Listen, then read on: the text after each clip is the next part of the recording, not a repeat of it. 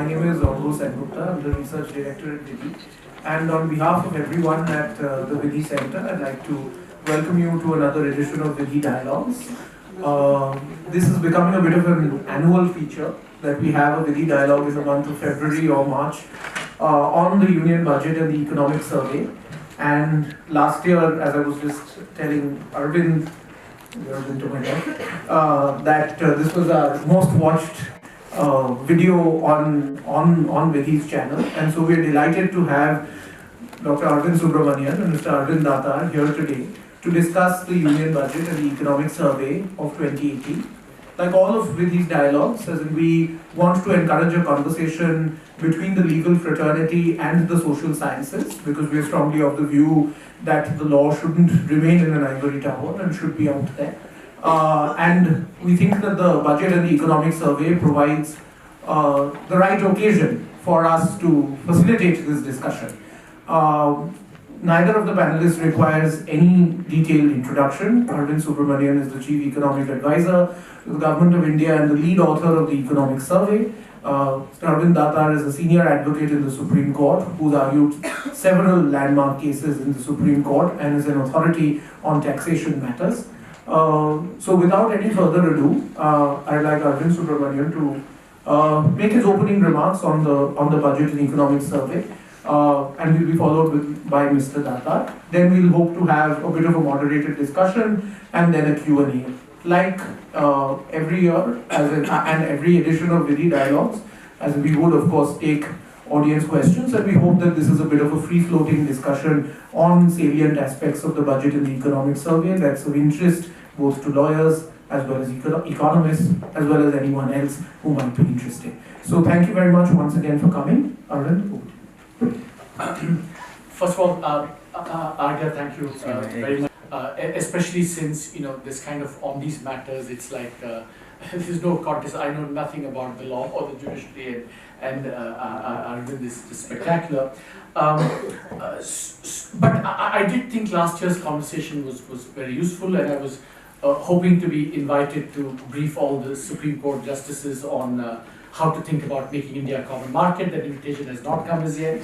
I'm still waiting for it, but I hope it will come one day, because last year the topic we discussed was a chapter in the survey on creating a common market in India, and the strong view that I still have is that the Constitution thought very creatively about creating a common political identity, but really it lagged and still lags way behind in creating one common market. Now, today we're going to speak, the topic is about the survey and the budget.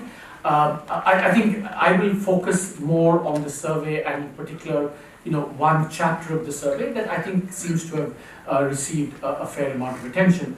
And just to say that this chapter in this year's survey, I think owes almost entirely to the brilliance, dynamism and hard work of Utkarsh Saxena, who's here, who led the charge, and I think I'm going to take all like a good Babu. Come, Utkarsh, come, just say hi to everyone.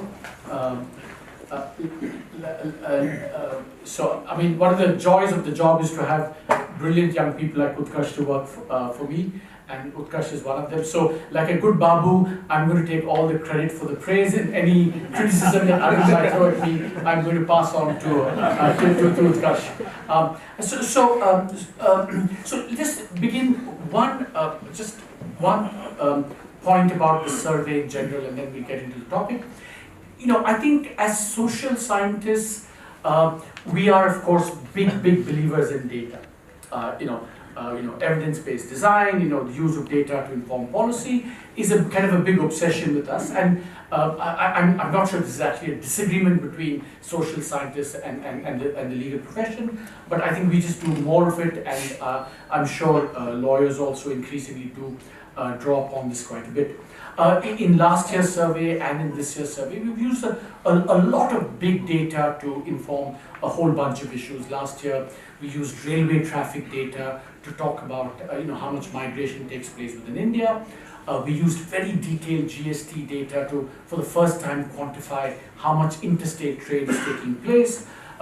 This year, similarly, we've used satellite data, we've used all kinds of other data as well.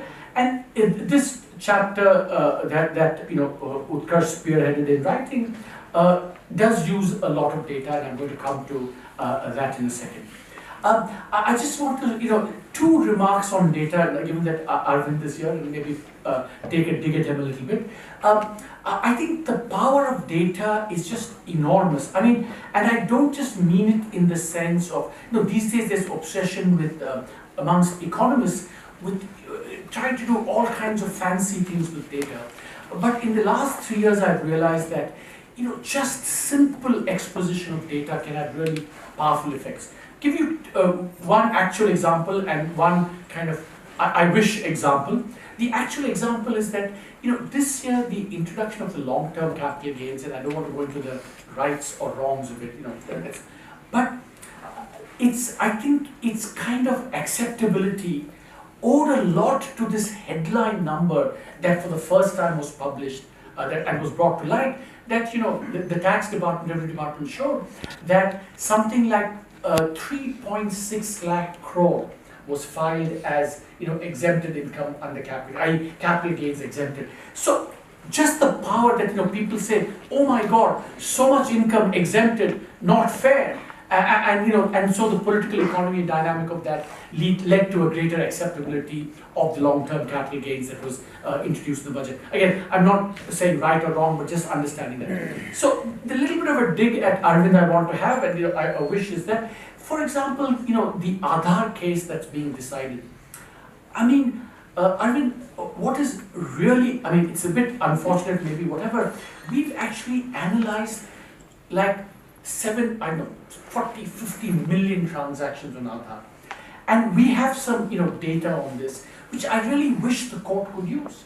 Again, I'm not going to get into what is right, what is wrong, and not even to say that this data, what we have on Aadhaar, is necessarily going to support the government's case. Maybe just the opposite.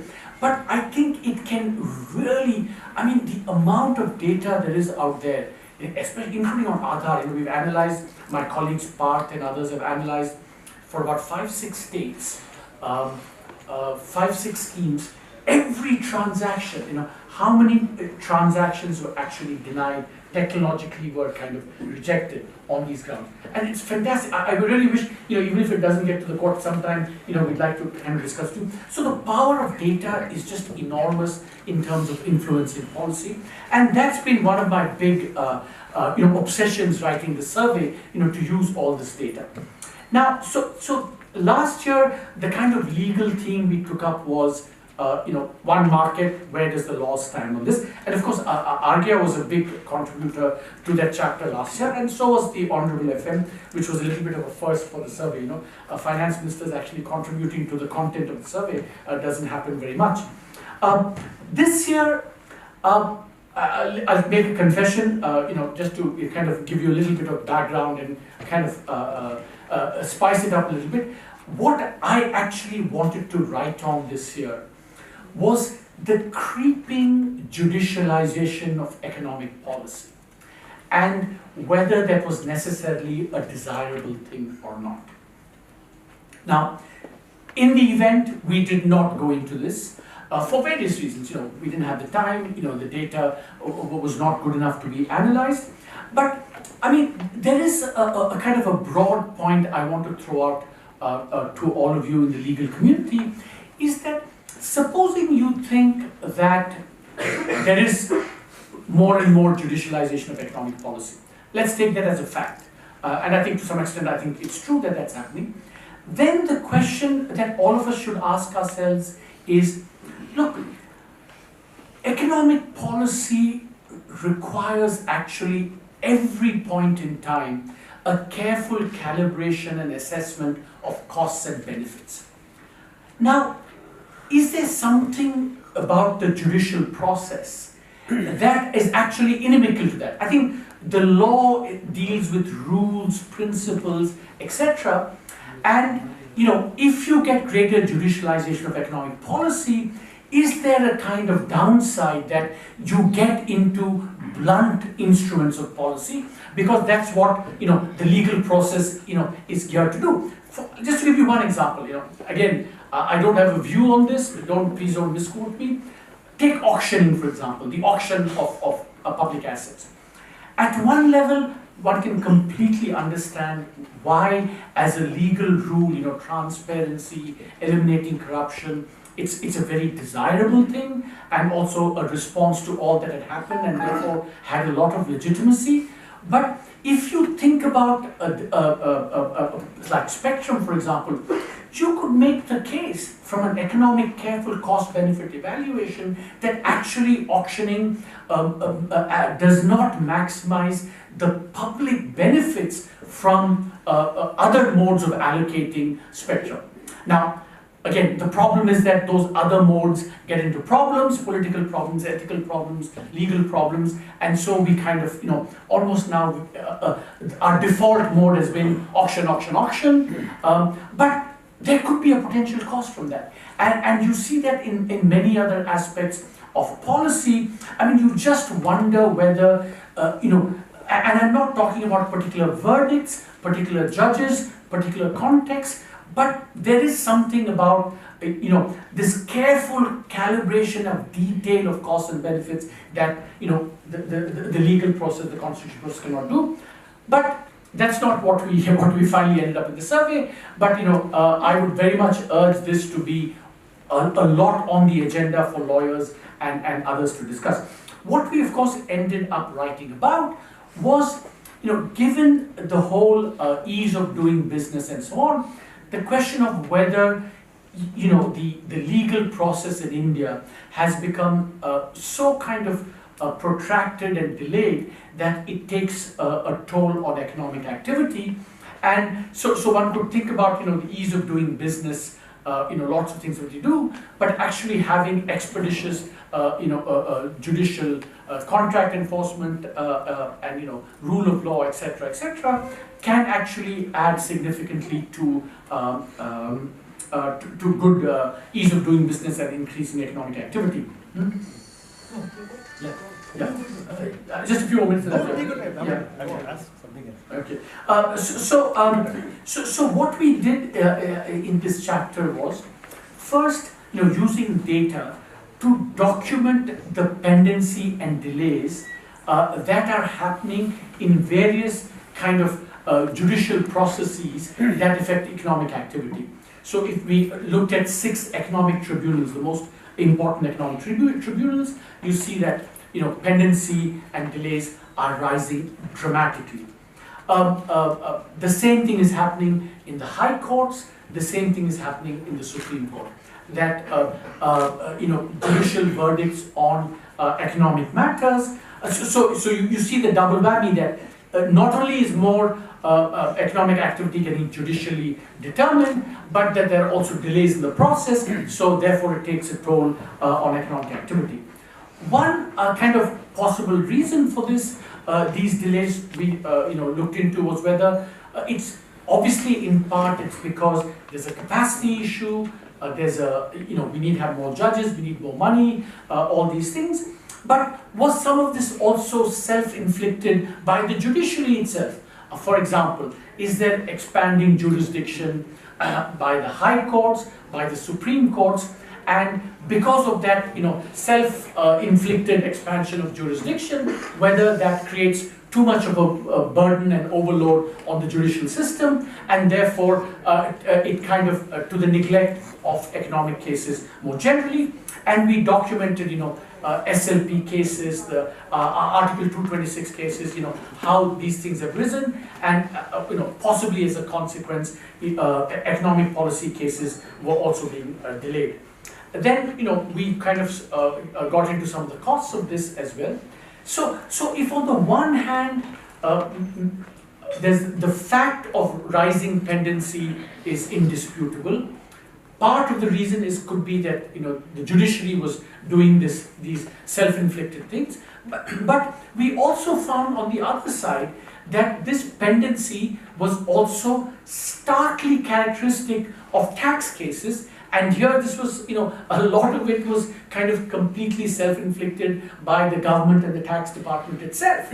And I don't know, the last 1 month, there have been any number of op-eds, highlighting this fact.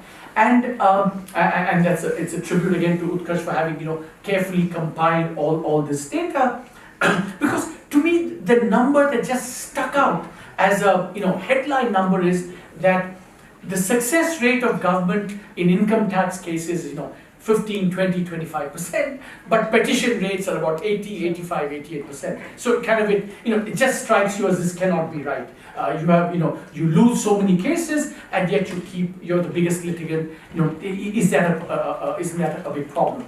So rising pendency taking a toll, part of it self-inflicted by the judiciary, part of it in some spheres self-inflicted by the government, and therefore what should we do about this?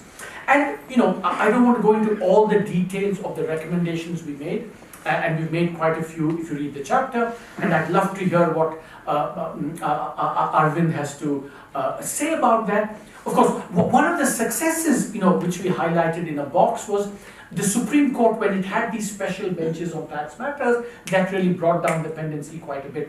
It not only brought down the pendency, it had the advantage of creating some kind of uniformity and consistency of jurisprudence, which I think helps a lot in these matters as well.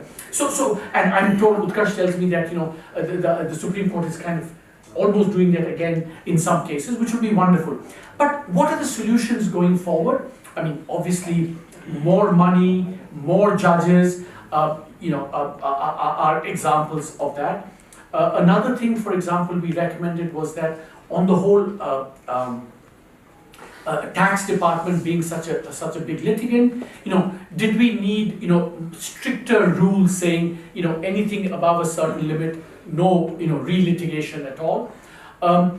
See, because remember, the problem about this litigation by the government is actually a bit more complicated than appears. It's not just a case of saying we won't litigate, because remember what happens is that, and again, this is a broader problem in India more generally, is that suppose the tax department loses a case.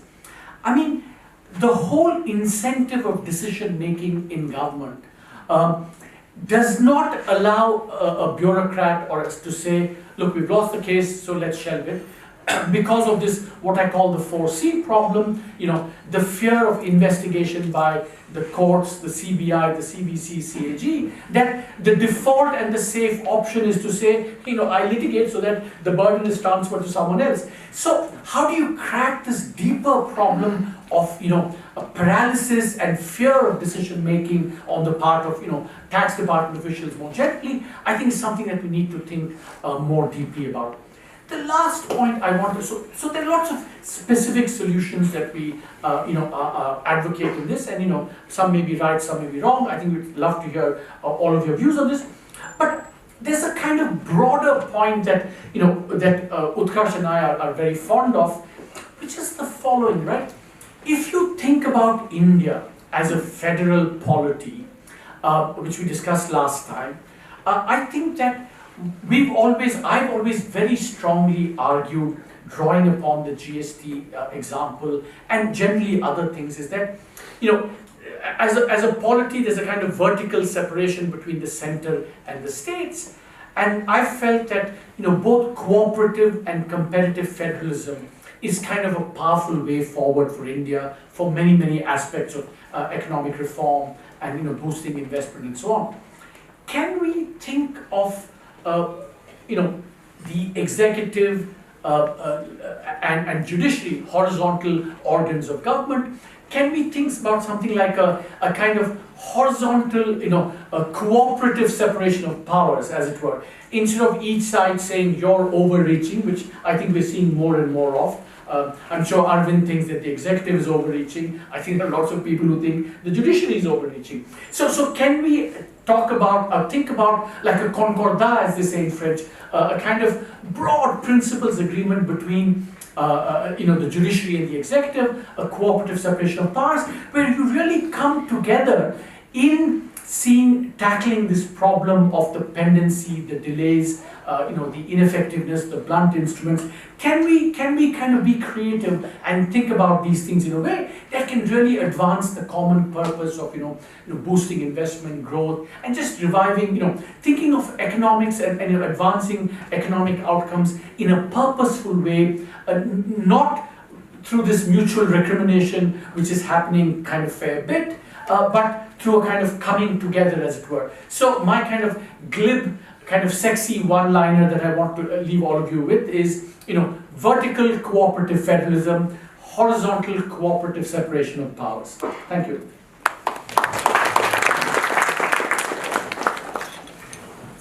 Well, thanks, Arvind. I think that's a provocative thought to leave with, and I think as a constitutional lawyer, I shudder at the thought of any horizontal cooperation between the government and the judiciary, but perhaps there is a case as far as pendency is concerned, given that this is a common problem, it's not a political problem.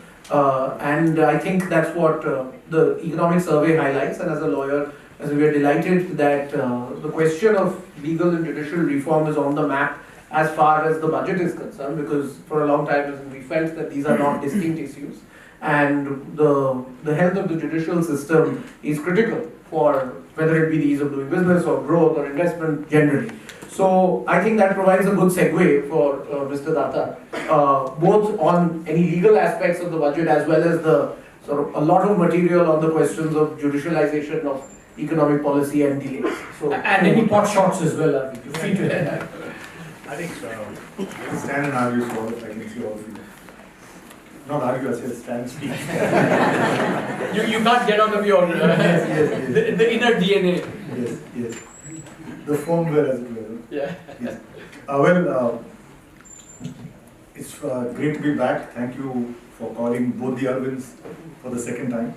Now, first thing is on 3 points I want to touch upon. One is on the passionate love that Arvind Subramanian has for data, then the judicialization of economic policy, and lastly, of course, taxation. So I'll just take them one by one. I think I'll do 15 minutes, 10 minutes, 15 minutes. So 5 minutes each approximately. Now, yes, data is good, so are vitamins, but too much of it is going to be harmful. And I'll say this because I'm arguing the Aadhaar case right now. Now, big data is certainly helpful. Your data analytics, your metadata, so many sexy phrases are there. But there is something seriously wrong when you frame a law to say that I will not give you a subsidy, benefit or service until you show me your Aadhaar number. There is something seriously wrong which says that without the Aadhaar number, unless your fingerprints match, you will not get ration, you will not get a subsidy, you will not get anything. Your own economic survey for last year says that the failure rate for Aadhaar is between 5% to 49% in Jharkhand. And yet you headlong want to keep on insisting on Aadhaar. My wife and I, we walk to Tirupati every year. And this time, if you want to go to Tirupati, you cannot enter the temple without an Aadhaar number. Go to the website. Go to Tirumala website. I don't speak. Go to Tirumala website because a friend of mine who walked, he, his wife and daughter went with a fourth friend. These three had the Aadhaar number. They were allowed the darshan. The fourth fellow had come all the way from Chennai. He was not allowed Aadhaar. God knows why. Now, I may have he had a driving license, he had a voter's ID, no, only Aadhaar. What is this passionate madness about Aadhaar? God knows. So, if you go to Tirumala website and you want to buy a ticket, it will show two parts. One is Aadhaar and the drop says Other.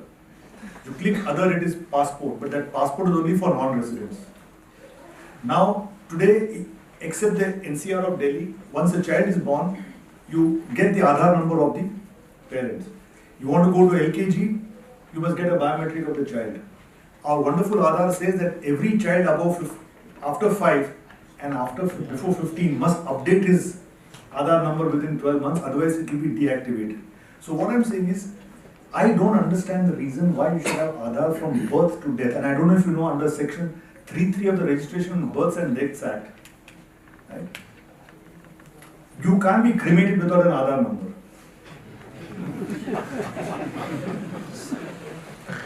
Please check. So, I first heard, I was giving a lecture in Bangalore and from there I was going to Pune for another lecture. Two people told me that a funeral was held up for 3 hours because that Aadhaar number was not available. Now, if that dead man's Aadhaar is not available, what is the solution? Are you going to keep the body indefinitely? No. Then get the Aadhaar number of the nearest relative. Now, with my limited intelligence as a lawyer, I don't understand what is the logic of having Aadhaar for cremating a body. And I get so many mails. Today you can't get a hall ticket for writing a 12th standard exam without Aadhaar. So, this is a very serious problem, and let me tell you, because I have done enough research on this, no country in the world has requires you to give numbers for everything. In fact, all over the world, people are retreating. They are saying this kind of excessive data is a serious human rights problem because it will lead to a big brother surveillance kind of society where they can track you everywhere. In the US Supreme Court, they wanted to install a GPS number on a car for the purpose of checking the tracking the car and where the car is going. That was held to be unconstitutional by the Supreme Court. They said that once you track a car, you know exactly where that person has gone, what are his places of his, where does he go, whom does he meet, whom does he live with, what is his sexual preference, everything can be tracked by just tracking the car. So please, I think Aadhaar will restrict to benefit, subsidies and services. And look at the absurd, bizarre situation. You are talking of matching a thumb impression. Now if you go to the main Aadhaar center, you are supposed to ask questions and get Aadhaar. Now, my wife and I went applied for Aadhaar because we wanted LPG subsidy in those days. Subsequently, Prime Minister said if you are well off, don't take a subsidy, we gave it up. So I don't need the Aadhaar. But I can't opt out of Aadhaar. My bank account is linked, my mutual fund is linked, my insurance policy is linked, Demat account is linked. And the day on which we ultimately go up, the Aadhaar number will be there before I am allowed to go to Vaikunta, wherever. Now, this is the kind of danger which we are facing. And before we talk about big data, is this the way to collect data? Data for what? So please let us rethink about this entire scheme of extending it beyond this. You know, today there are 1,062 million bank accounts in India, including Jan Dhan accounts. 825 million have been seeded with Aadhaar. Why? To establish identity. Now my account, your account, Argo's account is there for 15, 20, 30 years. Are you going to establish an identity of already a person whose identity is known? So you are starting with the assumption that all Indians are basically criminals, black money people, launderers and so on, and therefore we need the Aadhaar to authenticate them. And if you see the counter affidavit, it's so bizarre. Why do you want Aadhaar? Terrorism, black money. I can understand that we should ensure that fake people should not get subsidy benefit. That's a fully legitimate claim. I don't quarrel with that. But let us stop there. And as a tax lawyer, if somebody tells me that you're going to curb black money by having Aadhaar linked with your PAN card, the only thing I can say is you've got a good sense of humor and nothing more than that.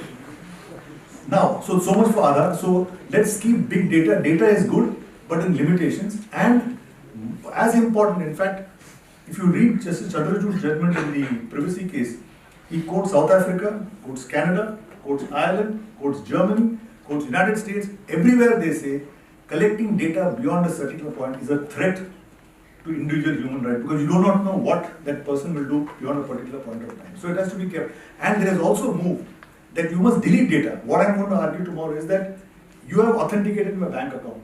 You have convinced yourself that I am not a terrorist, I don't have black money, or that I am who I am.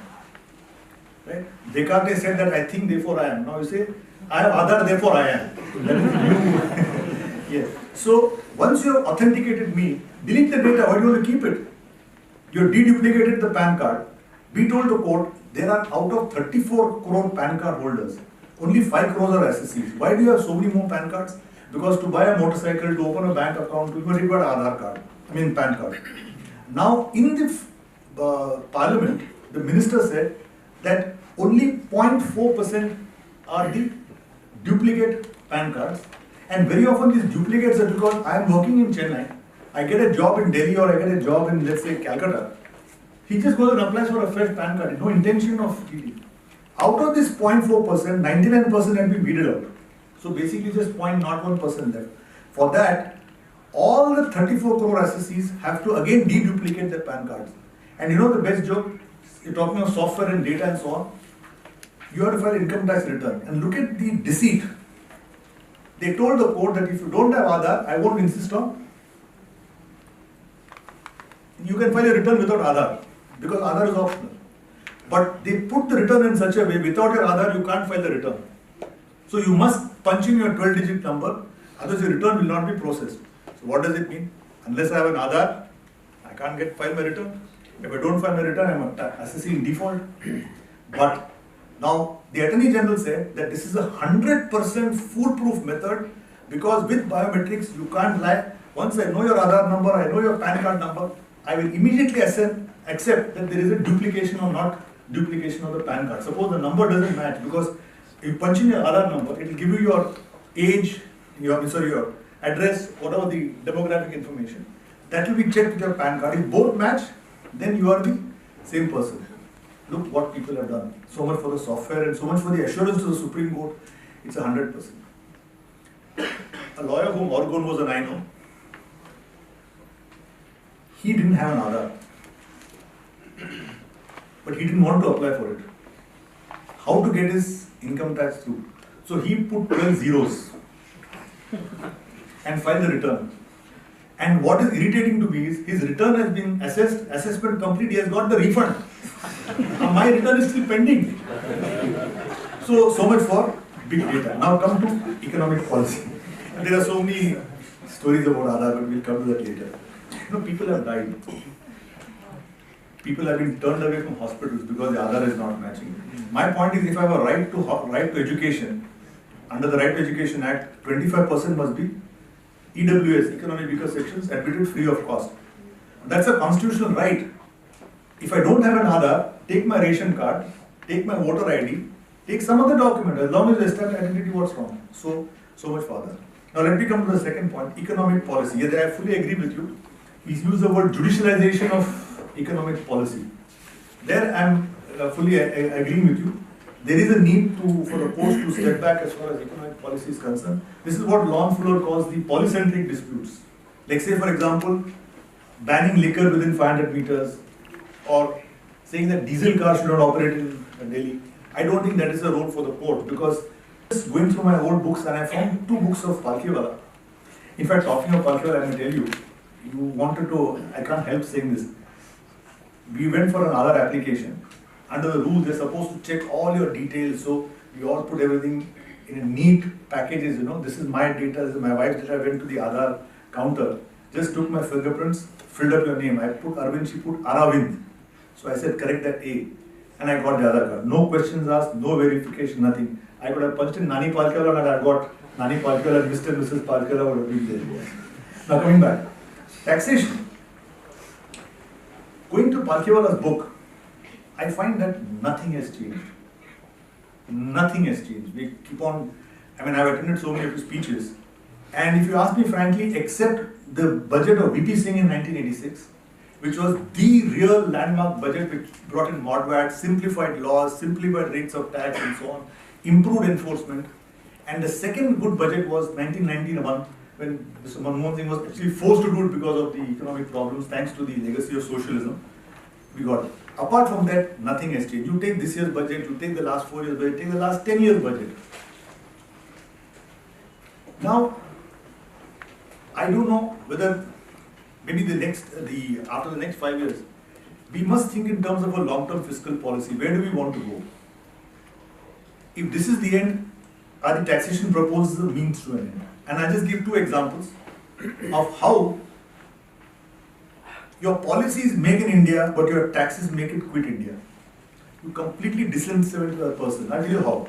Now startups, so much of discussion about startups, Skill India, because these are huge things for generating employment. Having startup, you impose angel tax. I don't know how many of you know what is an angel tax.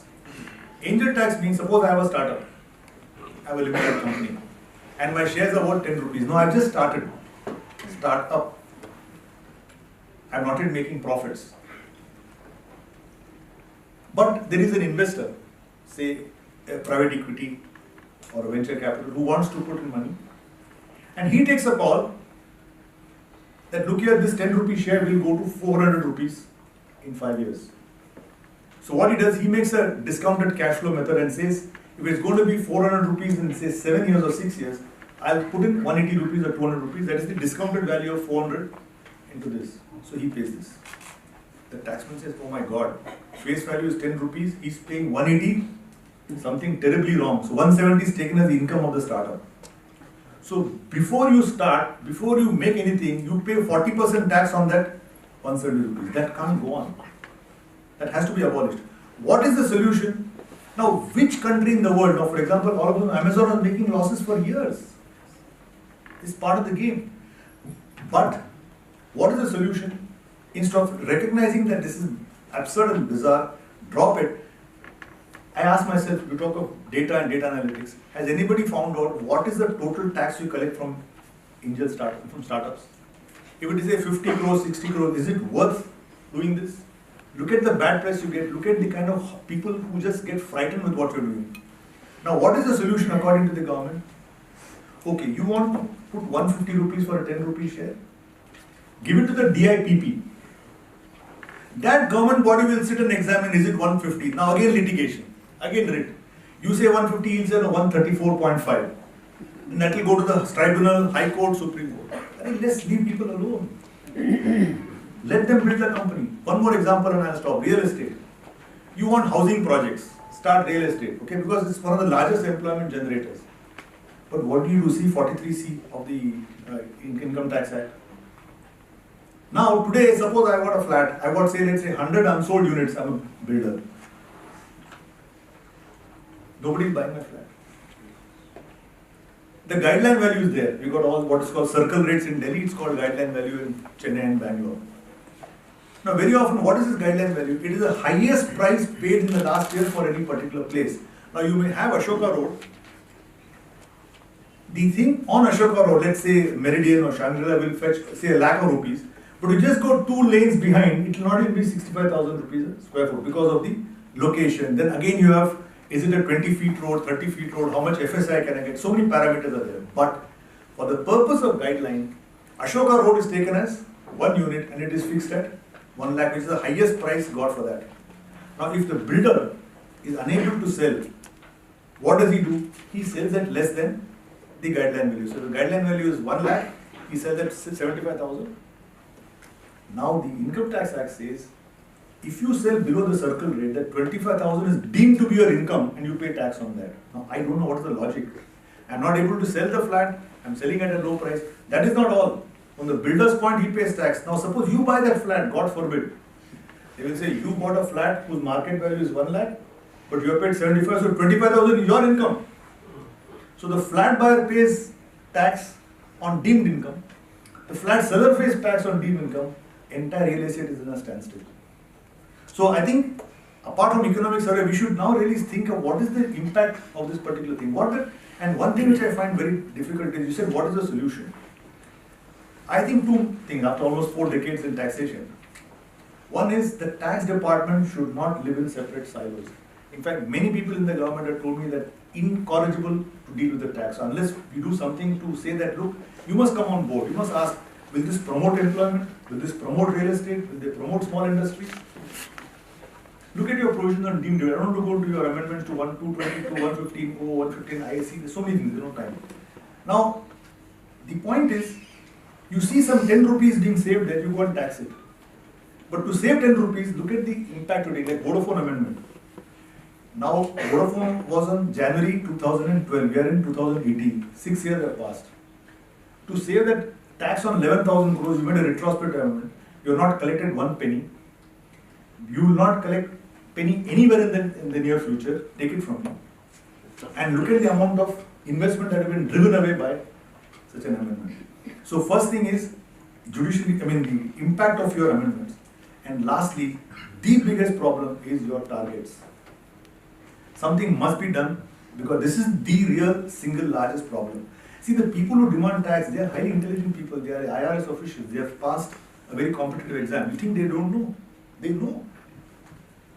But they say, sir, I'm helpless. I have to meet my target of 500 crores for, say, Sholapur or whichever city. Then you go on appeal. Now the irony is, the targets don't follow what is called the actual recovery. They just follow like a mercantile system. This year the target for Mr. Datar, some order has come against them. So they want to pay the money. I said, please don't pay the money, you'll never get the money back. So that lady tells me, no, sorry. In Japan, when the demand is made, I pay the money. And when I succeed in appeal, I write a letter, they send the money directly to my account with 50 interest on their own. I said, no, you will not get it like this. Please think twice before what you are doing. So, to answer your question, we can keep having debates, but unless you solve the problem of targets, unless tax department is aligned with the rest of the economic growth process, nothing is going to change. Thank you so much.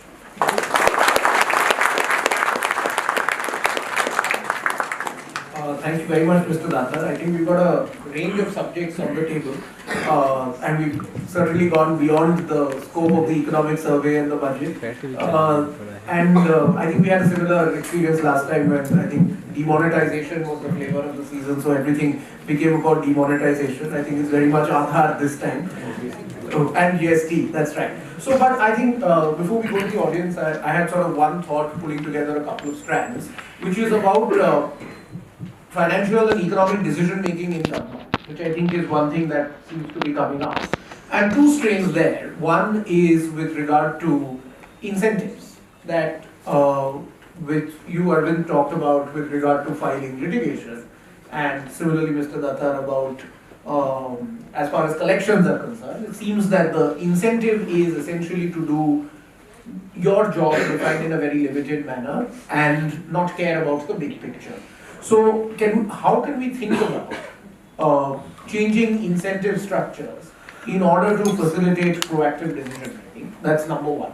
And number two is that how can we think about breaking some silos? Because this is something that as sort of we see in a number of legislations that, and particularly tax legislations, and this is not true for any government, this seems to be a function of the tax bureaucracy, that it's fundamentally based on a distrust of the taxpayer. And while that may be correct, and there may be several historical reasons as to why that may be so, it's clearly discordant with India, which wants to attract investment, India which wants to grow, which wants to have a favorable climate for business, which cannot be based on distrust. So how do we look to break these silos, and how do we think about changing these incentives?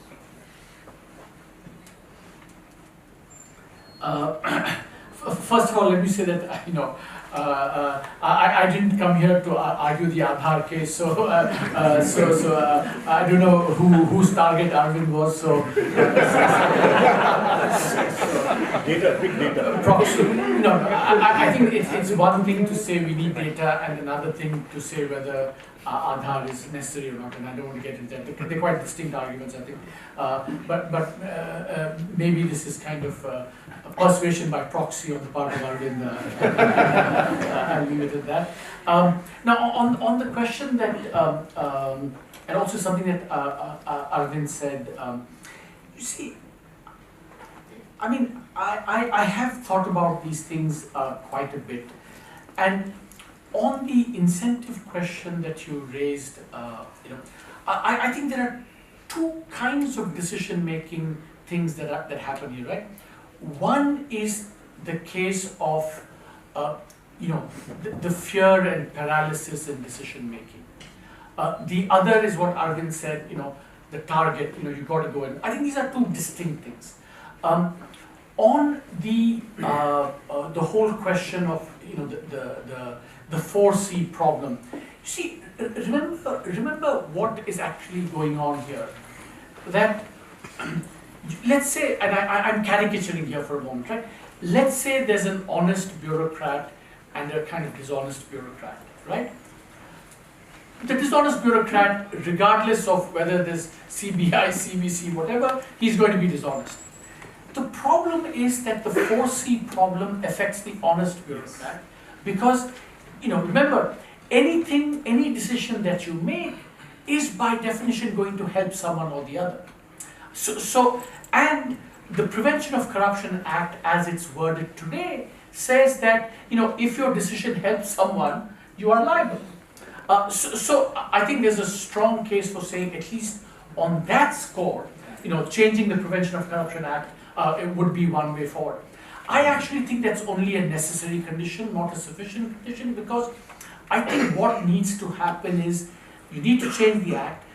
Bureaucrats need to take bold but honest decisions, and then when the CBI, the 4Cs come after them, then they have to be shown to be, they have to win those things, and then only when you create, because now we've had 20, 30, 40 years of this 4C problem, and this, one could argue in fact that this anti-corruption thing has gone to such an extent that the reaction to this has in fact kind of paralyzed decision making in government. So it's one of those things where we know from the Chicago School of Thought that beware the unintended consequences of what you do. It might come back and bite you. So a Prevention of Corruption Act, that's only a necessary condition. Honest bureaucrats have to be supported, subsequently when they are, chased by these investigative institutions. On this targets, I don't have, firstly, I think that one has to be a little bit careful here. I don't know how much of this, I'm sure some of this happens, but I'm sure there is also, the balance to be struck between, the fact that you have to go after, guys who you think are not paying. Maybe there's overzealousness in tax administration. So I don't have a very good answer for this. I think RKR raises, a kind of deeper point about, the distrust factor in India. I think it's really fair to say that, everything that we do in tax seems to want to go after the 5 or 10 dishonest taxpayers rather than facilitating the ease of doing business for the 90-95 honest taxpayers. I think we've seen that to some extent in the GST as well. We see this to some extent in the design of various procedures. And, what is the way out? I don't think there's some easy, I can't give you some lever to do something to say, oh, you can do this and therefore you can solve the problem. I do think where I would agree with Arvind quite a bit is that I think in a country like India, tax policy and I don't know, at some level, I think the fact is that we still haven't shed, 50 years of kind of socialist baggage, and I think that it's something that you can't shed very easily. So if any of you have kind of ideas for so one idea on this whole target thing was linking performance of tax officers not to how many cases that they initiated, but what their success rate was in terms of, but then you require very sophisticated HR in tax administration, because remember, you file a case, the guy has moved on, and then 5 years later you have to assess his record in terms of how successful those cases were, and then you have to kind of retroactively. So it's not easy, and as I said, if you have easy solutions, I'd be happy to pass them on to whoever Arvind wants to target today. Well, I think that gets us back to the pendency problem in courts. But I'm sure there are several questions that people in the audience might have. I'd just like to request you to introduce yourself and to keep your questions brief, because we are a little bit short on time. Yeah. So we'll take a few. There's one here, we'll start here, one here, and one here. And then and you can address as the left Arvind and the right Arvind. Are you sure you want to do the left Arvind? He's certainly the right Arvind. Good evening, sirs. First of all, it's an honor to be able to listen to you, and I'm sure all of us will be pondering about a lot of things when we go home. So my question is to Mr. Arvind Datar, sir, about big data and all. So sir, my name is Sarthak, and I worked in this e-commerce firm called Flipkart some time back. And in that firm, we used to collect all kinds of data there also. All kinds of data, and used to get several sort of insights from them. And this data we collected not just from like upper class tier 1, we were also reaching out to tier 2 cities, tier 3 cities, and all kind of. And so the kind of services that we were able to provide to these users was remarkable, in several sense. Of course, the data we of course took commission and stuff. And we were not the only ones who are doing it. Almost every other big multinational company, they're doing it. So when this sort of data is anyways being collected, is anyway being extracted, so isn't it better if it's in hands of government, an accountable government, rather than a big multinational firm, which is basically based somewhere in US or some other developed country? And secondly, a part of this question, sir. Yes, sir. Secondly, sir, that the examples you gave, sir, Germany, Ireland, all this, so these are developed countries, where the concern of a citizen is mostly that whatever I'm doing, this is like those, my privacy is not breached and all those things. In a country like India, where over 30 crore people are still poverty-ridden, where their main concern is getting their first meal and all those things, how much does these kind of things matter for them, like whether they're being tracked or not, if they are able to get services? Thank you, sir. Thanks, sir. Question here. Right. So we'll take 2 or 3.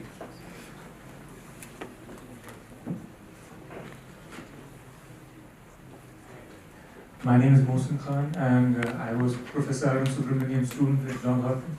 I just 2 quick questions. Firstly, as you pointed out in class many times, and Atul Kohli too, that India's tariff and non-tariff values have been coming down since the early 1980s, from Mrs. Gandhi's last term onwards. We have seen a reversal of it this year.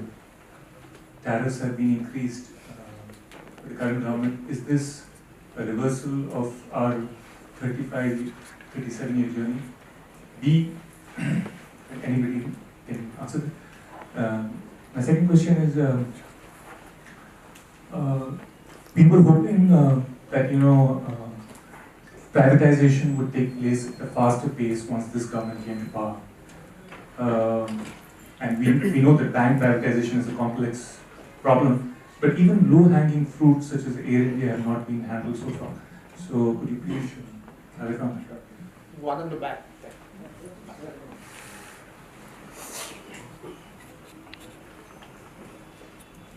Hello, sir. I'm Shashikant, and my question is to Dr. Subramanian. Yeah.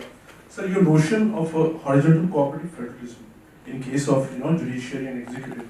So regarding that, so how do you think in this populist era, you know this, when institutions have become the tools for a petty political agenda, right? So this will not weaken our republican structure, which is especially when crony capitalism is so apparent, and we know this fact that our executive is considerably populist, and this is, this horizontal cooperative federalism, this is having some fundamental consequences which should be taken into account. And one more thing, sir, quickly, I would like to appreciate the efforts of Mr. Datar. You are resisting the efforts of establishment, and you're trying to make us aware of the fact that there's a Hobbesian nightmare out there, and we need to be awakened about that. I really appreciate your efforts. I'm really appreciating your effort. Thank you.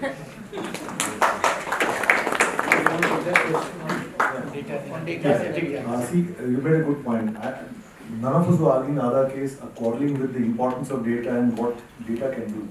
So if you got Aadhaar for subsidies and so on and so forth, if you're able to exclude fake, well and good, you may also be able to find out patterns in food consumption and subsidies, which can be further used to better improve the services. What we're basically quarreling is, when Parliament has said it is meant for subsidy benefits and services, it can't be extended to birth certificates and school admissions and so on and so forth. And what has Aadhaar basically done is, it has become an instrument of exclusion. If your fingerprint doesn't match, you can't get the food, you can't get the ration. That can't be done. That's what we're quarreling. So we're not on the data per se, we are on the point of how Aadhaar is used. To put it colloquially, in many cases, instead of Aadhaar is making people Niradhar. They're not getting the benefit. No, but I think Arvind, the point he made is a good one there, because around the world now, what is happening is, the whole, who owns data? Is it us, or especially with these big giants becoming the fear that it could be anti-competitive and so on. in fact, I think the whole, if you think about the whole, what is happening, the Trump-Russia stuff, it is also about how data and platforms can be misused for, other purposes as well. So I think there's a whole competition angle to this as well, and privacy. Which and one other point, the main thing is on consent. When I ask for Aadhaar, I consent that I will take Aadhaar. Why do I consent? Because I get fertilizer subsidies and this thing. But I never consented that it will be used to exclude me from Tirupati or exclude me from my child from getting admission. That is the point we're making. Our consent is for a particular purpose, but we're completely misusing that particular platform. And it's a case of executive, not only overreach, but executive anarchy. So now, I think there were two or three questions that were, I guess, directed at me. One is on the whole, reversal of policy on trade and things. Look, the world is becoming a very difficult place for openness and globalization. World over, there's a backlash against. You've just seen what President Trump has done on the steel tariffs. The real fear that trade is escalating and so on. So I think this kind of climate makes it easier for this kind of policies to be kind of justified and so on. Now, is it a reversal of policy? I certainly hope it isn't. I don't think it is. But I think we need to be very careful about going in the other direction, because there are all kinds of costs associated with them. So I think that we should see this more as temporary and kind of transitional measures to help particular sectors, but they should probably be time bound, and there should be a clear path to get out of them. Because I think that what motivated them was in fact to protect some sectors, but I think the question we need to ask ourselves is, if you want to make India an internationally competitive economy, do these things help or hinder? And I think the evidence of the last whatever years is that by raising barriers you don't become more efficient. So whatever possible gains that you might get would be at best temporary. So I think we should view these as at best temporary measures before we do the fundamental reform to make our economy more competitive. On privatization, I actually think that this is a moment to, Air India I hope will happen, but I think this is really a moment to think much more seriously about private sector, majority private sector participation in the public sector banks. I think we've reached a stage where we have to ask ourselves the question, is there something about public ownership that aggravates all the problems that we're seeing in the banking system? Now, here is something I want to be very clear on, and also very harsh about. Nobody is saying that privatization is the panacea for India's banking problems. But anyone who thinks that you can actually get meaningful reform in a way that avoids these problems without or within the current structure of majority government ownership of 75% of the banking system needs to think about Albert Einstein's saying, insanity is about doing the same things over and over again and thinking you'll get different results. So I think this is a moment to consider, and we can go into, and remember that there are lots of red herrings, straw men that people construct. Nobody is saying that the entire banking system should be privatized.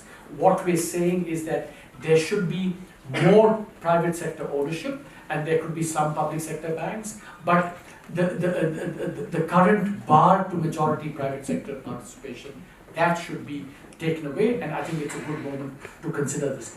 Last point, I think this is something that Arvind also said, and the question about the dangers of cooperative separation of power. I think it's a really good question, and I'm going to give you a kind of more an abstract answer to that.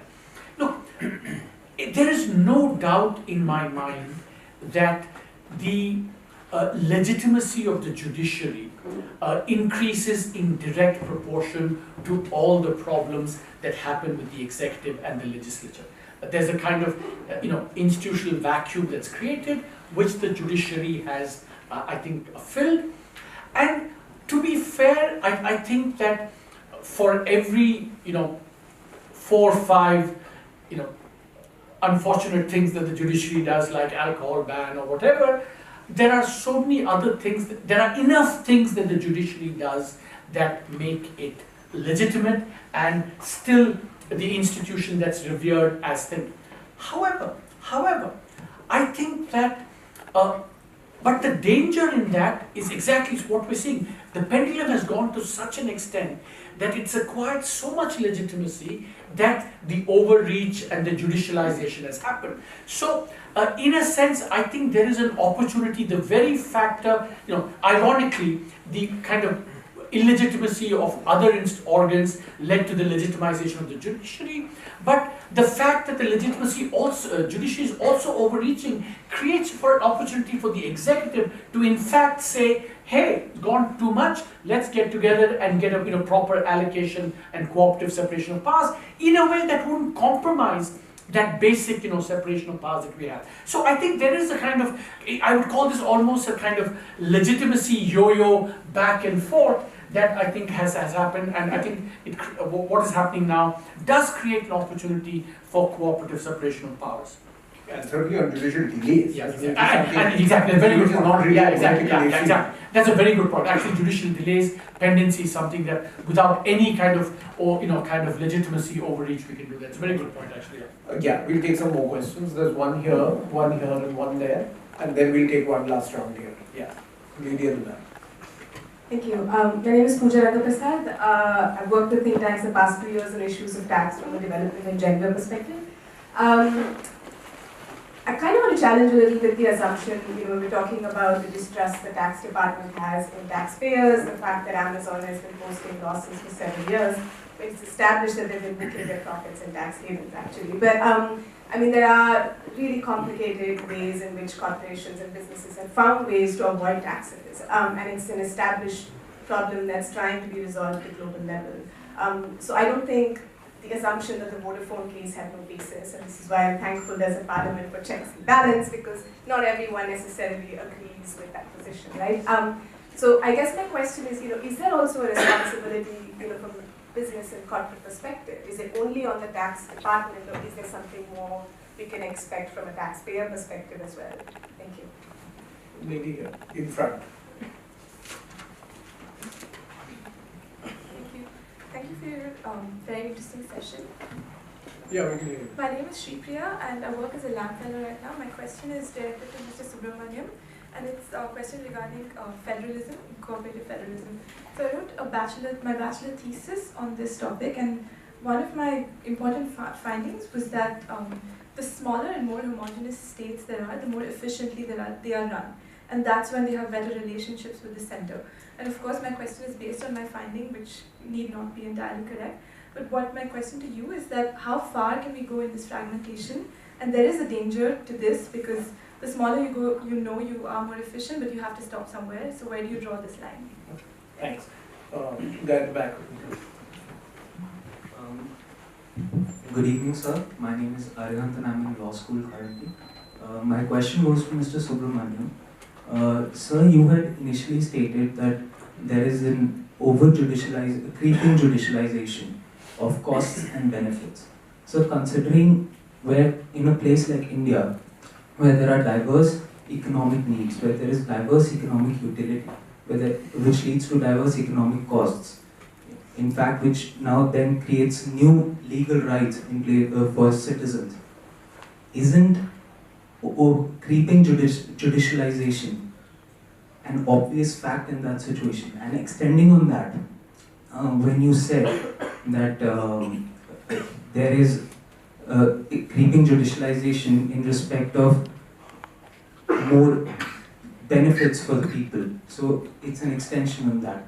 Wouldn't more benefits create more rights, and wouldn't infringement in a case of those rights lead to over-judicialization? And so, last extension on that, when you said I'm not going against that concept, but classified taxation, like the LTCG example, various forms of classified taxation, going on the face of it, basic understanding of the problem, wouldn't it create more and more judicialization? We did one question at the back, standing there.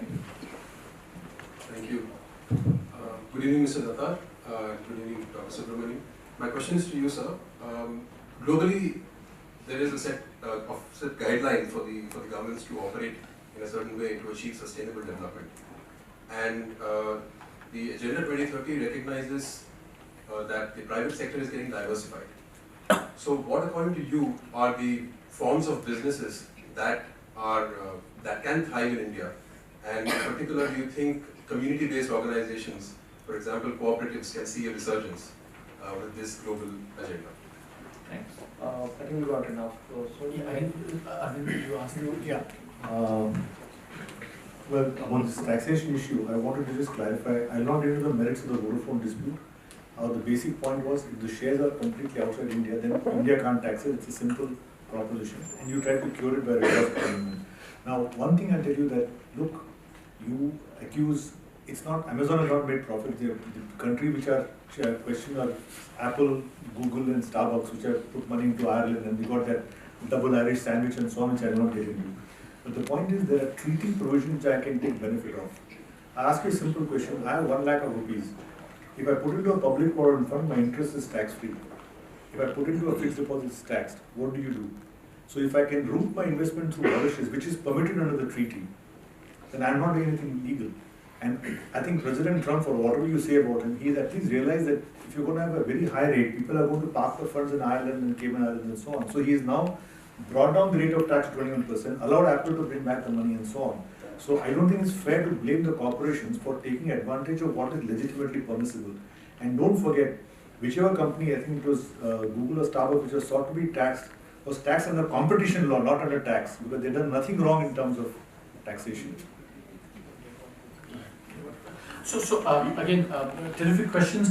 On fragmentation, I think that's a very good point. I think it's fair to say that if I'm reading the evidence right, that where we did break up the 4 states, that there is evidence that things have improved thereafter. So I think broadly, I think that's true, and I think that we know that there are some states in India which are just too big and need to be broken up for better governance, and I will not name them. But I think that. But the question is that as economists, we think that there is a trade-off. When you become small, there are some advantages which you said, you're closer to the people, all those benefits happen, but then there are also some fixed costs of administration, whatever. So that militates against, speaks against becoming too small and avoiding a proliferation of things. So there is a kind of optimal size, and 220 million is too big, that's for sure.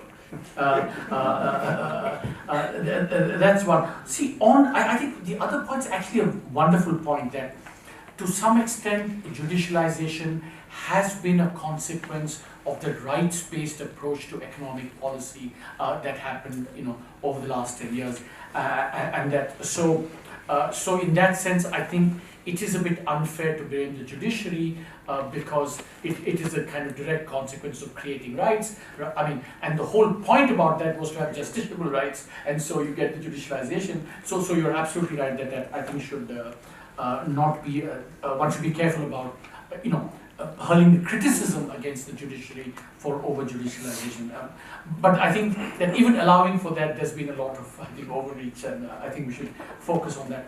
On other social forms of activity, I certainly think that in any society, like you have competition, you should have a competition for organizational forms as well. And I do think we should have, a proliferation, trusteeship, cooperatives, agriculture, farmer producer organizations. I think we should definitely have more of that. But the question I thought is, and to which I don't have a good answer, is that, is there anything that governments should do to encourage this diversity of social organization? for example, more employee rights in running companies, for example, ESOPs and all of that.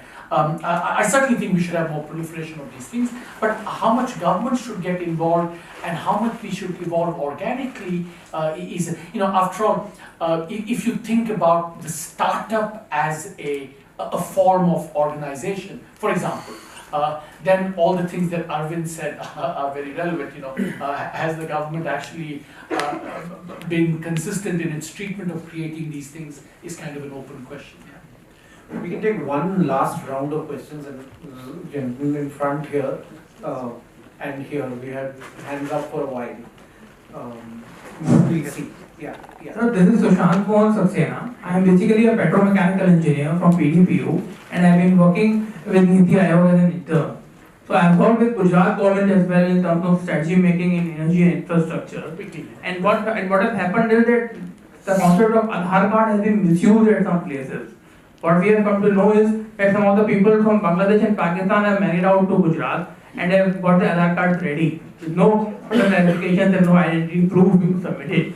And what we have come to know is that the value of Aadhaar card has been extrapolated, and sometimes the dependency on Aadhaar is not proving out to be beneficial. So I would like to know your additional comments upon that.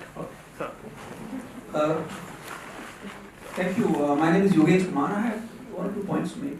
One is that in terms of privatization and that thing that you mentioned, I think unless we have very robust regulatory framework, I think all these processes, whether it's public sector, private sector, are likely misused. And that is where you get the phenomenon of crony capitalism. In terms of the judicial delays and all that you mentioned, I think one perhaps approach could be that we encourage or develop or institutionalize, let us say, alternate dispute settlement even in taxation cases, in which case, and perhaps the Supreme Court lay down norms as to what kind of cases can go into appeal. Otherwise, the issue will actually not take place. My last question really is this, on the GST that we have been actually talking about. To what extent does it actually fit into the constitutional scheme? I mean, pardon my ignorance. In the sense that you have some elected officials taking decisions about taxation, and that comes into effect immediately. Whereas in the earlier scheme of things, which is actually constitutional scheme of things, where all these proposals present before the parliament to state legislature, and only after presentation they actually become effective. And here it's not quite like that. Thank you. We'll take one last one here. Good evening, member of the dais. This is Deepak Namdev. I am a practicing lawyer. Sir, I am following you. I am an ardent follower of your readings. Sir, in one of your lectures, you mentioned about the financial inclusion that turned it to make something useful. As Arvind sir rightly pointed out, that the misuse of Aadhaar is a very big hurdle to achieve financial inclusion. And sir, what are the provisions the government are taking to make financial inclusion more meaningful, to achieve the actual realization that has been targeted by the government of India to achieve financial inclusion? I think yes, as far as Aadhaar, you're right. See, because one thing statistically, when there are 115, 120 crore Aadhaar cards, there's bound to be fakes and duplicates. The only irony is that you want Aadhaar to counter-check everything else, but there's nothing to counter-check Aadhaar. Because initially they were given at random, because they were giving 100 rupees per person for cards, so they would give cards to anybody. And then government had to discontinue 49,000 such centers. So there is a misuse which nothing can be done. They will be there, unfortunately. Then to ask a question about the Aadhaar also. As we say that, look, it will be very wrong to say that there is no use for Aadhaar. Because the extreme position to say Aadhaar is completely bad. I don't say that. What I am saying is, if you are restricted to a limited purpose, have its own, because my point is, if Parliament has said something, you must stick to what Parliament has said. Parliament cannot say restricted to other benefits, subsidies and services, and the executive starts expanding it to everything under the sun. See, and then what happens is you got all this data. And other thing we are pleading for is, if you check my bank account, delete my data, don't keep my link there. Because we don't know how it will be misused at a later point of time. Because once you have got the link, you can track the account, trail the account, and nothing prevents, see, with algorithms, you don't know what they can do with this data, you see. And the argument with Aadhaar and that Flipkart and Facebook, and all these Facebook, WhatsApp is consensual. If I go to Facebook, I know that I'm going to get all these feedbacks, ads and so on. So I do it voluntarily because I weigh the consequences. I may decide not to be on Facebook, you may decide, because you know that by going on Facebook I get all these plus points, by going on Google I get all these plus points. But as far as Aadhaar is concerned, if it's consensual, you have no problem. But don't make it compulsory. For even person, like I got a dear friend of mine whose father is 94, mother is 89, and their father is bedridden, mother can't move. And in November, the ration card had been discontinued because they couldn't bring the Aadhaar. So what do you do? That's not fair. Correct. Yeah. Just one question on. I absolutely agree that you need strong regulation everywhere. But I don't think that in this case should be used as an excuse not to do to resolve the ownership issue. I think that we need both more private sector ownership and we need a good regulation. So they're not kind of either or and mutually exclusive. And I would argue that you need the privatization and then a regulation as a necessary complement. I thought there's a point that Arvind should take, that on the whole, you were talking about the GST and things. I mean, after all, that's why you had a constitutional amendment to actually have this, being decided the way it is. So in that, and Arvind should know better. On what the government is doing towards financial inclusion, I think the whole, jam trinity that we have, with this caveat on Aadhaar that Arvind is trying his best to take the A out of jam, and I have to fight a rearguard battle against Arvind. No, I have no views on Aadhaar, by the way. So, but I think the jam. But one interesting aspect about financial inclusion, a kind of more something that I found is that it's a very interesting thing that financial inclusion in India actually is facilitated if there's interoperability between banks. So for example, if supposing I'm a banking correspondent of Axis Bank, and someone comes to me for his or her PDS payment, and then that has to, whatever Aadhaar enabled it goes, and suppose the account is then in State Bank of India, that has to be validated. But what you find in the data, and here I would sing the praise of data, what you find in the data, Arvind, very interesting, is that consistently all the big banks stymie interoperability. They prevent interoperability because they want to maintain their competitive. Because if you have interoperability, that encourages competition, and so your entrenched position becomes worse. So one of the things I'm very keen on in order to facilitate financial inclusion is to make sure that there's true interoperability. But of course there are a lot, and I don't know, at some level I think the fact is that we still haven't shed 50 years of kind of socialist baggage, and I think that it's something that you can't shed very easily. So if any of you have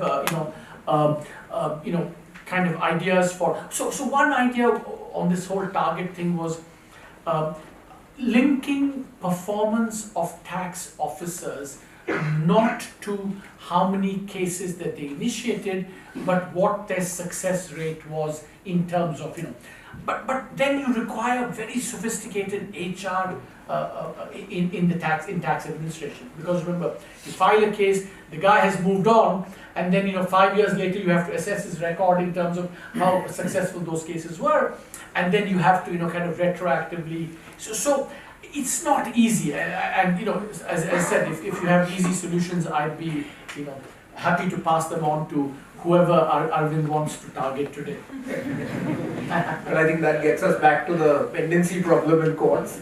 But I'm sure there are several questions that people in the audience might have. I'd just like to request you to introduce yourself and to keep your questions brief, because we are a little bit short on time. Yeah. So we'll take a few. There's one here, we'll start here, one here, and one here, and then and you can address as the left Arvind and the right Arvind. Are you sure you want to be the left Arvind? He's certainly the right Arvind.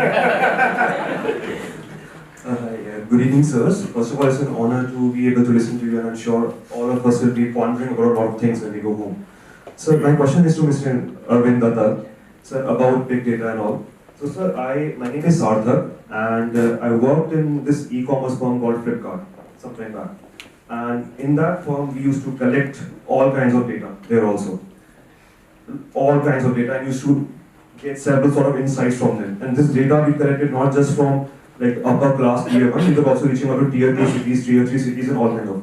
And so the kind of services that we were able to provide to these users was remarkable, in several sense. Of course, the data we of course took commission and stuff. And we were not the only ones who are doing it. Almost every other big multinational company, they're doing it.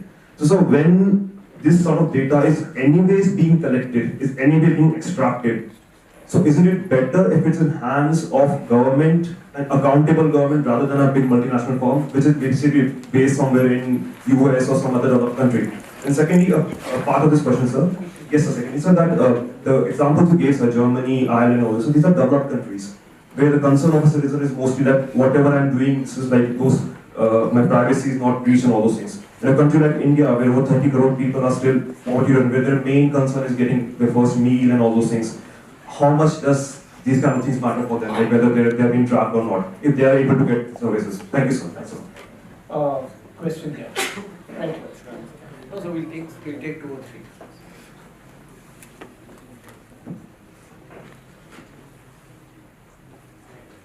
My name is Mohsin Khan, and I was Professor Arvind Subramanian student at John Hopkins.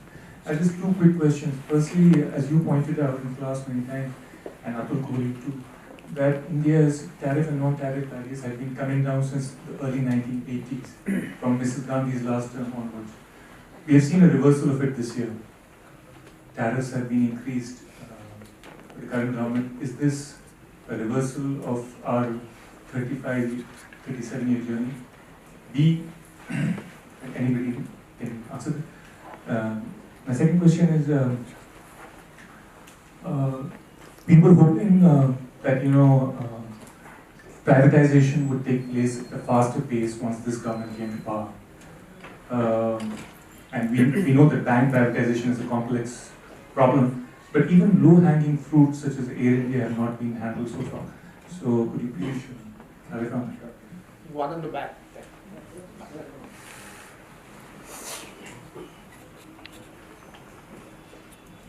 Hello, sir. I'm Shashikant, and my question is to Dr. Subramanian.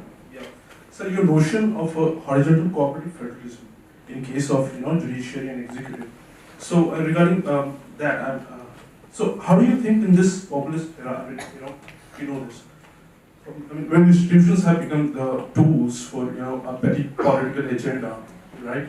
So this will not weaken our republican structure, which is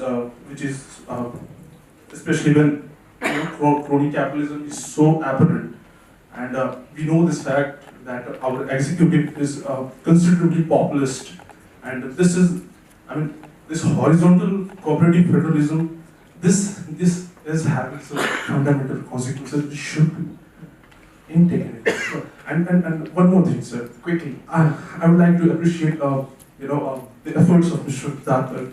I mean, you are resisting the efforts of establishment, and you're trying to make us aware of the fact that there's a Hobbesian nightmare out there, and we need to be awakened about that. I really appreciate your efforts, and I'm really appreciating your effort. Thank you.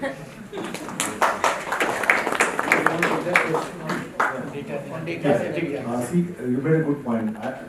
None of us who are arguing in Aadhaar case are quarreling with the importance of data and what data can do. So if you got Aadhaar for subsidies and so on and so forth, if you're able to exclude fake, well and good, you may also be able to find out patterns in food consumption and subsidies, which can be further used to better improve the services. What we're basically quarreling is, when Parliament has said it is meant for subsidy benefits and services, it can't be extended to birth certificates and school admissions and so on and so forth. And what has Aadhaar basically done is, it has become an instrument of exclusion. If your fingerprint doesn't match, you can't get the food, you can't get the ration. That can't be done. That's what we're quarreling. So we are not on the data per se, we are on the point of how Aadhaar is used. To put it colloquially, in many cases, instead of Aadhaar is making people Niradhar. They're not getting the benefit. No, but I think Arvind, the point he made is a good one there, because around the world now, what is happening is the whole, who owns data? Is it us, or especially with these big giants becoming the fear that it could be anti-competitive and so on. In fact, I think if you think about what is happening, the Trump-Russia stuff, it is also about how data and platforms can be misused for other purposes as well. So I think there's a whole competition angle to this as well, and privacy. And one other point, the main thing is on consent. When I ask for Aadhaar, I consent that I will take Aadhaar. Why do I consent? Because I get fertilizer subsidies and this thing. But I never consented that it will be used to exclude me from Tirupati or exclude me from my child from getting admission. That is the point we're making. Our consent is for a particular purpose, but we're completely misusing that particular platform. And it's a case of executive, not only overreach, but executive anarchy. So now, I think there were two or three questions that were, I guess, directed. One is on the whole, reversal of policy on trade and things. Look, the world is becoming a very difficult place for openness and globalization. World over, there's a backlash against. You've just seen what President Trump has done on the steel tariffs. The real fear that trade is escalating and so on. So I think this kind of climate makes it easier for this kind of policies to be kind of justified and so on. Now, is it a reversal of policy? I certainly hope it isn't. I don't think it is. But I think we need to be very careful about going in the other direction, because there are all kinds of costs associated with them. So I think that we should see this more as temporary and kind of transitional measures to help particular sectors, but they should probably be time bound, and there should be a clear path to get out of them. Because I think that what motivated them was in fact to protect some sectors, but I think the question we need to ask ourselves is, if you want to make India an internationally competitive economy, do these things help or hinder? And I think the evidence of the last whatever years is that by raising barriers you don't become more efficient. So whatever possible gains that you might get would be at best temporary. So I think we should view these as at best temporary measures before we do the fundamental reform to make our economy more competitive.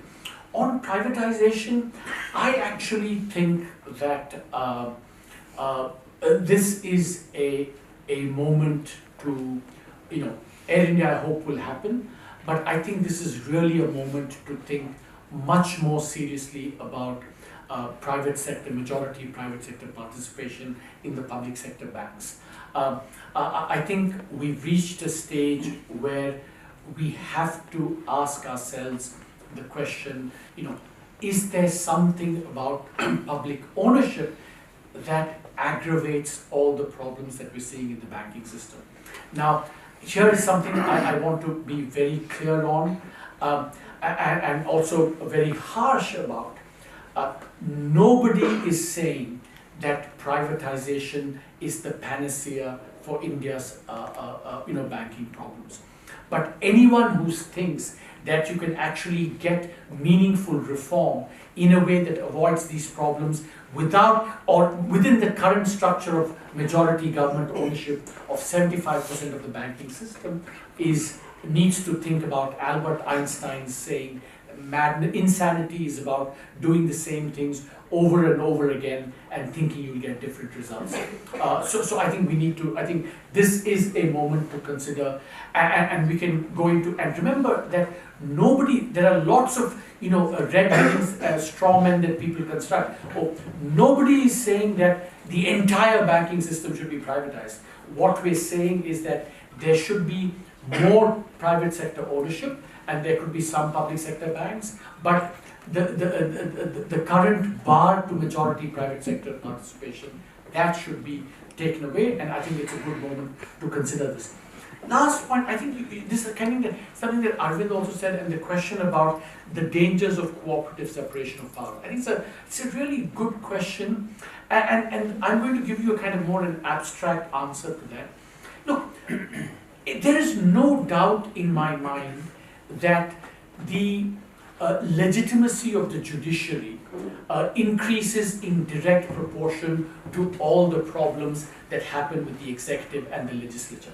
There's a kind of institutional vacuum that's created, which the judiciary has, I think, filled. And to be fair, I think that for every 4 or 5 unfortunate things that the judiciary does, like alcohol ban or whatever, there are so many other things, there are enough things that the judiciary does that make it legitimate and still the institution that's revered as thing. However, I think that, but the danger in that is exactly what we're seeing. The pendulum has gone to such an extent that it's acquired so much legitimacy that the overreach and the judicialization has happened. So, in a sense, I think there is an opportunity, the very factor, ironically, the kind of illegitimacy of other organs led to the legitimization of the judiciary, but the fact that the legitimacy also, judiciary is also overreaching creates for an opportunity for the executive to in fact say, hey, gone too much, let's get together and get a proper allocation and cooperative separation of powers in a way that wouldn't compromise that basic separation of powers that we have. So I think there is a kind of, I would call this almost a kind of legitimacy yo-yo back and forth that I think has happened, and I think what is happening now does create an opportunity for cooperative separation of powers. And certainly on judicial delays. Yes, and exactly, very good point. Not really exactly. That's a very good point. Actually, judicial delays, pendency is something that without any kind of legitimacy overreach we can do that. It's a very good point, actually.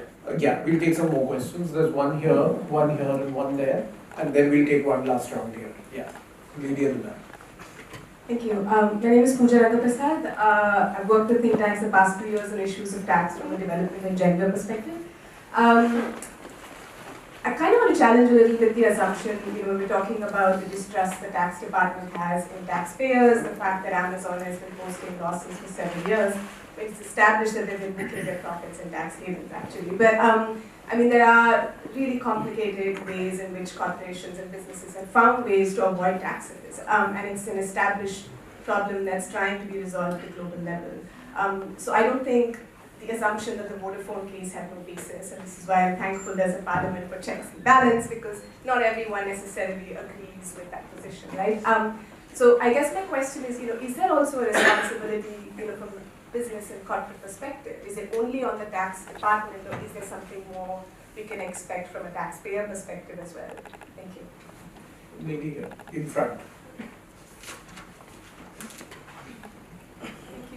Thank you for your very interesting session. Yeah, we can hear you. My name is Shripriya and I work as a LAM fellow right now. My question is directed to Mr. Subramanian, and it's a question regarding federalism, cooperative federalism. So I wrote my bachelor thesis on this topic, and one of my important findings was that the smaller and more homogeneous states there are, the more efficiently they are run. And that's when they have better relationships with the center. And of course, my question is based on my finding, which need not be entirely correct.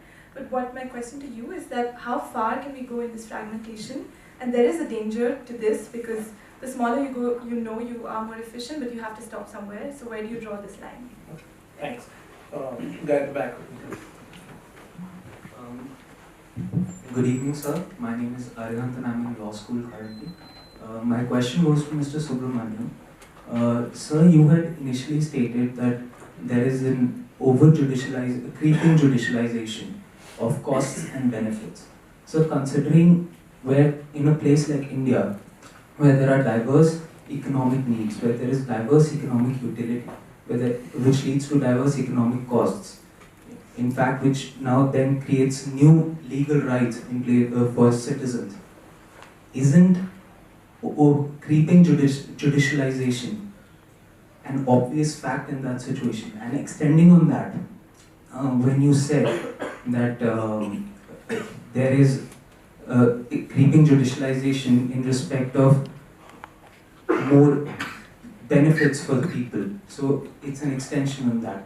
Wouldn't more benefits create more rights, and wouldn't infringement in a case of those rights lead to over judicialization. And so, last extension on that, when you said I'm not going against that concept, but classified taxation, like the LTCG example, various forms of classified taxation, going on the face of it, basic understanding of the problem, wouldn't it create more and more judicialization? We take one question at the back, standing. Thank you. Good evening, Mr. Datar. Good evening, Dr. Subramanian. My question is to you, sir. Globally, there is a set guidelines for the governments to operate in a certain way to achieve sustainable development. And the Agenda 2030 recognizes that the private sector is getting diversified. So, what, according to you, are the forms of businesses that can thrive in India? And in particular, do you think community-based organizations, for example, cooperatives, can see a resurgence with this global agenda? Thanks. I think we got enough. So Arvind, you asked me. Yeah. Well, on this taxation issue, I wanted to just clarify. I'll not get into the merits of the Vodafone dispute. The basic point was, if the shares are completely outside India, then India can't tax it. It's a simple proposition, and you try to cure it by reverse government. Now, one thing I'll tell you that, look, you accuse, it's not, Amazon has not made profit. The country which are questioned are Apple, Google and Starbucks, which have put money into Ireland, and we got that double Irish sandwich and so on, which I will not get into. But the point is, there are treaty provisions which I can take benefit of. I ask you a simple question. I have 1 lakh of rupees. If I put into a public provident fund, my interest is tax-free. If I put into a fixed deposit, it's taxed. What do you do? So if I can route my investment through Mauritius, which is permitted under the treaty, then I'm not doing anything illegal. And I think President Trump, or whatever you say about him, he's at least realized that if you're going to have a very high rate, people are going to park the funds in Ireland and Cayman Islands and so on. So he's now brought down the rate of tax to 21%, allowed Apple to bring back the money and so on. So I don't think it's fair to blame the corporations for taking advantage of what is legitimately permissible. And don't forget, whichever company, I think it was Google or Starbucks, which was sought to be taxed, was taxed under competition law, not under tax, because they've done nothing wrong in terms of taxation. So again, terrific questions. On fragmentation, I think that's a very good point. I think it's fair to say that if I'm reading the evidence right, that where we did break up the 4 states, that there is evidence that things have improved thereafter. So I think broadly, I think that's true, and I think that we know that there are some states in India which are just too big and need to be broken up for better governance, and I will not name them. But I think that. But the question is that as economists, we think that there is a trade-off. When you become small, there are some advantages which you said, you're closer to the people. All those benefits happen. But then there are also some fixed costs of administration, whatever. So that militates against, speaks against becoming too small and avoiding a proliferation of things. So there is a kind of optimal size, and 220 million is too big, that's for sure. That's one. See, I think the other point's actually a wonderful point, that to some extent, judicialization has been a consequence of the rights-based approach to economic policy that happened, over the last 10 years, and that so in that sense, I think it is a bit unfair to blame the judiciary because it is a kind of direct consequence of creating rights. I mean, and the whole point about that was to have justiciable rights, and so you get the judicialization. So you're absolutely right that I think should not be. One should be careful about, hurling criticism against the judiciary for over-judicialization. But I think that even allowing for that, there's been a lot of, overreach, and I think we should focus on that. On other social forms of activity, I certainly think that in any society, like you have competition, you should have a competition for organizational forms as well. And I do think we should have, a proliferation, trusteeship, cooperatives, agriculture, farmer-producer organizations. I think we should definitely have more of that. But But the question I thought is, and to which I don't have a good answer, is that is there anything that governments should do to encourage this diversity of social organization? For example, more employee rights in running companies, for example, ESOPs and all of that. I certainly think we should have more proliferation of these things, but how much government should get involved and how much we should evolve organically is, after all, if you think about the startup as a form of organization, for example, then all the things that Arvind said are very relevant. Has the government actually been consistent in its treatment of creating these things is kind of an open question. We can take one last round of questions, and gentlemen in front here and here. We have hands up for a while. We'll see. Yeah. So this is Sushant Mohan Saxena. I am basically a petromechanical engineer from PDPU, and I have been working with Vidhi as an intern. So I have worked with Gujarat government as well in terms of strategy making in energy and infrastructure. And what has happened is that the concept of Aadhaar card has been misused at some places. What we have come to know is that some of the people from Bangladesh and Pakistan have married out to Gujarat and have got the Aadhaar cards ready with no further verifications and no identity proof being submitted. And what we have come to know is that the value of Aadhaar card has been extrapolated, and sometimes the dependency on Aadhaar is not proving out to be beneficial. So I would like to know your additional comments upon that. Thank you. My name is Yogesh Kumar. I have 1 or 2 points to make. One is that in terms of privatization and that thing that you mentioned, I think unless we have very robust regulatory framework, I think all these processes, whether it's public sector, private sector, are likely misused. And that is where you get the phenomenon of crony capitalism. In terms of the judicial delays and all that you mentioned, I think one perhaps approach could be that we encourage or develop or institutionalize, let us say, alternate dispute settlement even in taxation cases, in which case, and perhaps the Supreme Court lay down norms as to what kind of cases can go into appeal. Otherwise, the issue will actually not take place. My last question really is this, on the GST that we have been actually talking about. To what extent does it actually fit into the constitutional scheme? I mean, pardon my ignorance. In the sense that you have some elected officials taking decisions about taxation, and that comes into effect immediately. Whereas in the earlier scheme of things, which is actually constitutional scheme of things, where all these proposals are presented before the parliament to state legislature, and only after presentation they actually become effective. And here it's not quite like that. Thank you. We'll take one last one here. Good evening, member of the dais. This is Deepak Namdev. I am a practicing lawyer. Sir, I am following you. I am an ardent follower of your readings. Sir, in one of your lectures, you mentioned about the financial inclusion that turned it to make something useful. As Arvind sir rightly pointed out, that the misuse of Aadhaar is a very big hurdle to achieve financial inclusion. And sir, what are the provisions the government are taking to make financial inclusion more meaningful, to achieve the actual realization that has been targeted by the government of India to achieve financial inclusion? I think yes, as far as Aadhaar, you're right. See, because one thing statistically, when there are 115, 120 crore Aadhaar cards, there's bound to be fakes and duplicates. The only irony is that you want Aadhaar to counter-check everything, but there's nothing to counter-check Aadhaar. Because initially they were given at random, because they were giving 100 rupees per person for cards, so they would give cards to anybody. And then government had to discontinue 49,000 such centers. So there is a misuse which nothing can be done. They will be there, unfortunately. Then to ask a question about the Aadhaar also. As we say that, look, it will be very wrong to say that there is no use for Aadhaar. Because the extreme position to say Aadhaar is completely bad. I don't say that.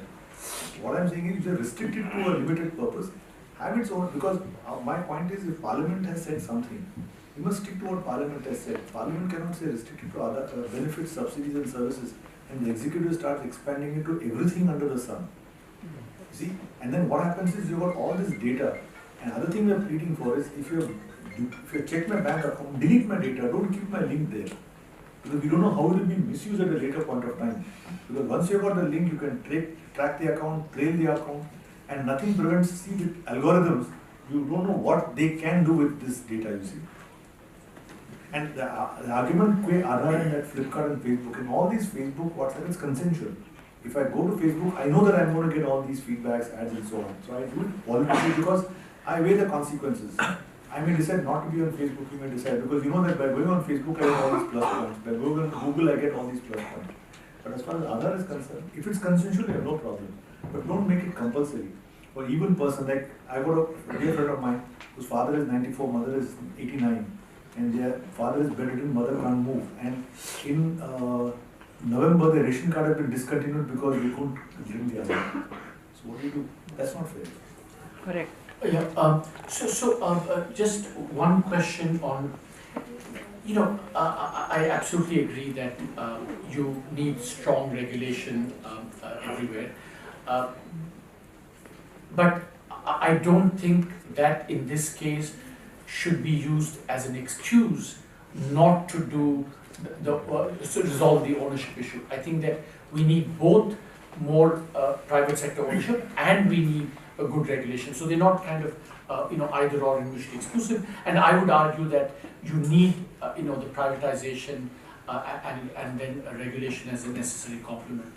I thought there's a point that Arvind should take, that on the whole, you were talking about the GST and things. I mean, after all, that's why you had a constitutional amendment to actually have this, being decided the way it is. So in that, and Arvind should know better. On what the government is doing towards financial inclusion, I think the whole, jam trinity that we have, with this caveat on Aadhaar that Arvind is trying his best to take the A out of jam, and I have to fight a rearguard battle against Arvind. No, I have no views on Aadhaar, by the way. So, but I think the jam. But one interesting aspect about financial inclusion, a kind of more something that I found is that it's a very interesting thing that financial inclusion in India actually is facilitated if there's interoperability between banks.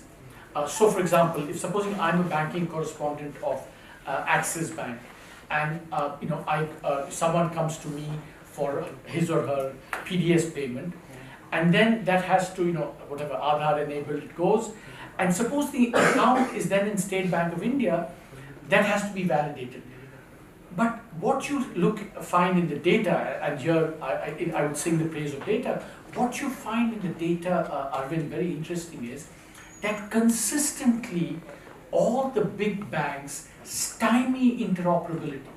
They prevent interoperability because they want to maintain their competitive. Because if you have interoperability, that encourages competition, and so your entrenched position becomes worse. So one of the things I'm very keen on in order to facilitate financial inclusion is to make sure that there's true interoperability. But of course there are lots, making business correspondence more effective. I think a whole lot of things are being done and can be done, because we're still far away from financial inclusion. We made great progress, but we have a long way to go as well.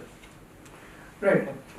One thing on regulation, just a brief thing. I think we have, as a lawyer, I think we have got too many regulations, and the point is regulator is not the answer. If you have a real estate problem, you have a RERA.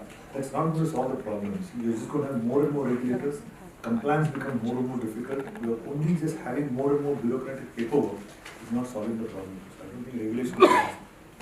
I think that was a heady discussion, and I think one thought that I'm left with at the end of it is that whether it be on Aadhaar or it be in privatization and regulatory frameworks, the real question that arises is what is the role of the state in the 21st century? Because even in Aadhaar, as in we see a curious inversion where people who believed in a big state have become libertarian, and people who often want privatization support the state. So, as in I think there is a genuine debate to be had about the role of the state in the 21st century. I think we've made a start today in discussing various organs of the state, be it the executive, the parliament, or the judiciary. And I think I thank Arvind for the economic survey which allowed this discussion, and Mr. Datar for being a wonderful discussant. So please join me, ladies and gentlemen, in thanking our speakers. We've got a small token of appreciation present for both.